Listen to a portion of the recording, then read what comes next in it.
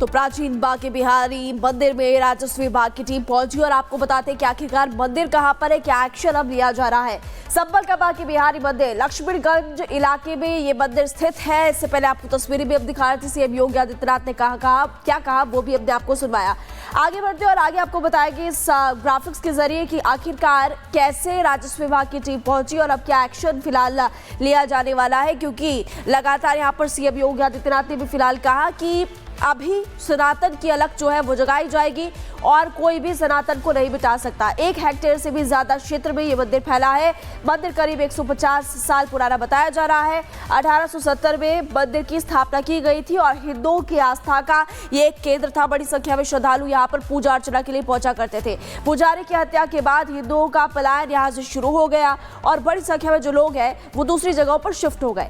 मंदिर की मूर्तियों को असामाजिक तत्वों ने यहाँ पर खंडित भी किया था और पूरा मंदिर खंडर में तब्दील उसके बाद हो गया। लेकिन अब राजस्व विभाग की टीम यहाँ पर पहुंची है। प्राचीन मंदिर के जीर्णोद्धार की मांग लगातार उठ रही है और लोग मांग कर रहे हैं कि जल्दी से जल्दी इस मंदिर का जीर्णोद्धार किया जाए। और चले बढ़ेंगे आगे और अब बात करेंगे उत्तर प्रदेश के तमाम शहरों में जिस तरीके से हमने देखा है कि यहाँ पर मंदिर और मस्जिद को लेकर के विवाद चल रहा है, चाहे बात संभल की करे, बदायूं की करे या फिर बागपत की करे। जहाँ मंदिर मस्जिद का जो विवाद है अभी शांत भी नहीं हुआ था, वहीं अब कुशीनगर में भी देखिए निर्माणाधीन मस्जिद पर जो है बुलडोजर चलने का खतरा जो है मंडराने लगा है। इसी पर आपको एक खास रिपोर्ट दिखाते हैं।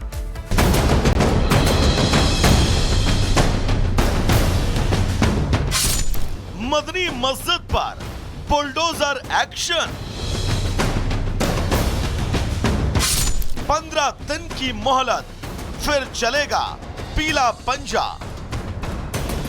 यूपी में कब्जा अवैध है तो समझिए बुलडोजर का खतरा हमेशा बना हुआ है। बाबा का बुलडोजर इन दिनों संभल में जोर शोर से गरज रहा है। संभल के बाद अब कुशीनगर में भी बाबा का बुलडोजर गरजने को तैयार है। कुशीनगर की मदनी मस्जिद बुलडोजर के निशाने पर है। जानकारी के मुताबिक मदनी मस्जिद को कुशीनगर नगर पालिका ने नोटिस जारी किया है। मदनी मस्जिद के एक हिस्से के निर्माण को गलत बताते हुए नोटिस जारी किया गया। नगर पालिका प्रशासन ने मस्जिद की दीवार पर नोटिस चस्पा किया। इसमें मस्जिद के तीसरे और चौथे मंजिल के साथ भूमिगत कमरों के निर्माण पर आपत्ति जताई गई। नोटिस में मस्जिद इंतजामिया कमेटी को 15 दिनों के अंदर अपना पक्ष रखने की मोहलत दी गई है। मदनी मस्जिद वैसे तो 25 साल पुरानी है, लेकिन इसका एक हिस्सा हाल ही में बनाया गया है। ये हाटा नगर पालिका क्षेत्र में आती है। कुछ दिनों पहले हिंदू संगठनों की ओर से इस मस्जिद के नजूल भूमि, पुलिस स्टेशन और नगर पालिका की जमीन पर निर्माण करने की शिकायत की गई थी। इसके बाद एसडीएम स्तर पर पैमाइश शुरू हुई। पैमाइश के वक्त मुस्लिम पक्ष ने अपनी ओर से कागजात भी पेश किए। हालांकि जमीन को लेकर तो रुख स्पष्ट नहीं हो सका, लेकिन तीसरी और चौथी मंजिल के बिना मंजूरी के निर्माण की बात सामने आई है। उसको वो कब्जा किए हैं और उनकी जो चारदीवारी चली थी एक पंचायतन, उस चारदीवारी के बाहर वो कटरन सीट डाल रहे हैं, फिर उस पर से कटरन सीट एक डाल रहे हैं, फिर आगे अपना सामान रख रहे हैं, गाड़ी घोड़ा खड़ा सरकारी जमीन में, जैसे लगता है उनका कब्जा है अपनी। जिला प्रशासन ने कुछ दिनों पहले भारी पुलिस सुरक्षा के बीच मस्जिद की जमीन पर पैमाइश कराई थी ताकि संभल जैसा कोई बवाल यहां पर ना हो। हिंदू और मुस्लिम पक्ष के अपने अपने दावे हैं, लेकिन ये तो तय है कि बाबा का बुलडोजर अवैध कब्जे पर बिना चले रुकने वाला नहीं है। Bureau report, Republic Bharat. तो देखिए सरकारी जमीन पर यह मस्जिद तामील की जा रही थी। निर्माणाधीन यह मस्जिद थी जिस पर यहाँ पर बुलडोजर एक्शन की अब तलवार जो है वो लटकती नजर आ रही है। पढ़ेंगे आगे और अब आपको दिखाएंगे ग्राफिक्स के माध्यम से कि मस्जिद पर अवैध निर्माण का जो ये आरोप है वो आखिर क्यों लग रहा है। 1998 की बात करें तो यहाँ पर देखिए हाटा नगर में मदीना मस्जिद की नींव रखी गई थी। इसके अलावा निर्माण के समय सरकारी जमीन पर कब्जा किया गया था। पुलिस चौकी नगर पालिका नजूल की जमीन पर यह कब्जा था। वही हिंदू पक्ष ने सीएम योगी से शिकायत की थी। इसको लेकर के बाकायदा शिकायत दर्ज करवाई गई। कुशीनगर प्रशासन ने जांच शुरू की और जांच में यह पाया गया है कि सरकारी जमीन पर यह अवैध अतिक्रमण करके निर्माण कराया जा रहा है मस्जिद का, जिसको लेकर के अब यह एक्शन लिया जा रहा है। और चलिए अब खबरों में आगे बढ़ते बात करेंगे इजराइल और सीरिया के बीच जो तनातनी इस वक्त काफी ज्यादा बढ़ गई है। उसी बीच एक खबर सामने है। रूसी मीडिया के हवाले से दावा किया जा रहा है कि परमाणु बम का खतरा लगातार बढ़ रहा है। क्या अपडेट सामने आया है, इस रिपोर्ट को आप देखिए।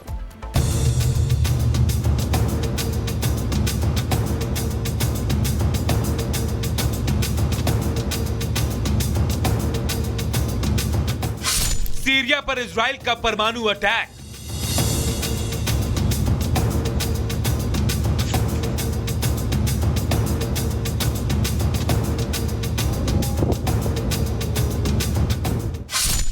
रूसी मीडिया के दावे से मचा हड़कंप।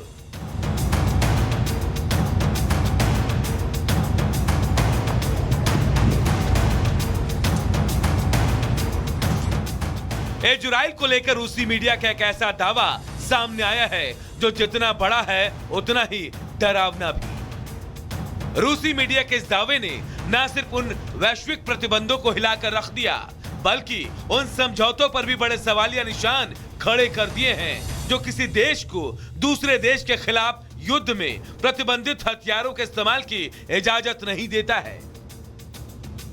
दरअसल इजरायली सेना ने 16 दिसंबर 2024 को सीरिया के तारतस में स्थित हथियार डिपो पर बमबारी की थी। इस स्ट्राइक से डिपो में रखे सभी हथियार नष्ट हो गए थे। ये धमाका इतना जबरदस्त था कि कई किलोमीटर ऊंचाई तक आग का गोला नजर आया था। इस विस्फोट के बाद 3 की तीव्रता का भूकंप आया था। यह भूकंप 820 किलोमीटर दूर तुर्की के इजनिक तक महसूस किया गया। रूसी मीडिया स्पुतनिक ने दावा किया है कि इजराइल ने यह हमला जंगी जहाज से किसी नई मिसाइल के जरिए किया था।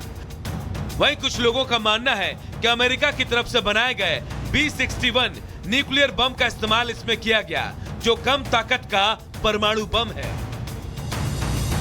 इस दावे को इन वजहों से और ज्यादा पुष्टि मिल रही है क्योंकि यूरोपियन यूनियन के रेडियो एक्टिव मॉनिटरिंग कमेटी ने तुर्की और साइप्रस में ब्लास्ट के 20 घंटे बाद पाया कि क्षेत्र में रेडिएशन की मात्रा बढ़ी हुई है।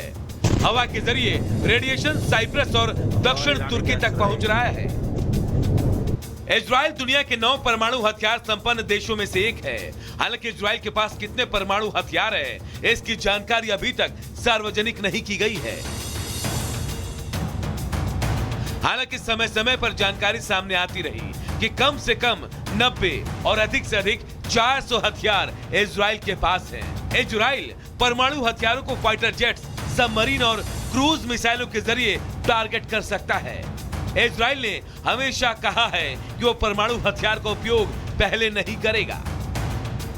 राष्ट्रपति बशर अल असद के तख्ता पलट के बाद सीरिया पर इजरायली हमले एकदम बढ़ गए हैं। बीते कुछ दिनों में वहां सैकड़ों हवाई हमले हुए हैं। इजराइल का कहना है कि वो हमले इसलिए कर रहा है ताकि मिलिट्री संसाधन चरमपंथियों के हाथ में न पड़ जाए।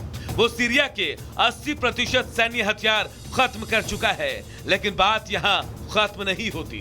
इजराइल अपने कब्जे में आ चुके इलाके गोलान हाइट्स पर यहूदी आबादी बढ़ाने की सोच रहा है। इसके लिए कथित तौर पर $11 मिलियन अप्रूव भी किए जा चुके हैं। Bureau report, Republic Bharat. और भारत के पूर्व पीएम अटल बिहारी वाजपेयी जी की आज 100वीं जयंती है। सीएम योगी आदित्यनाथ क्या कह रहे हैं इस पर आपको सुनवाते हैं। जात शत्रु कहे जाते थे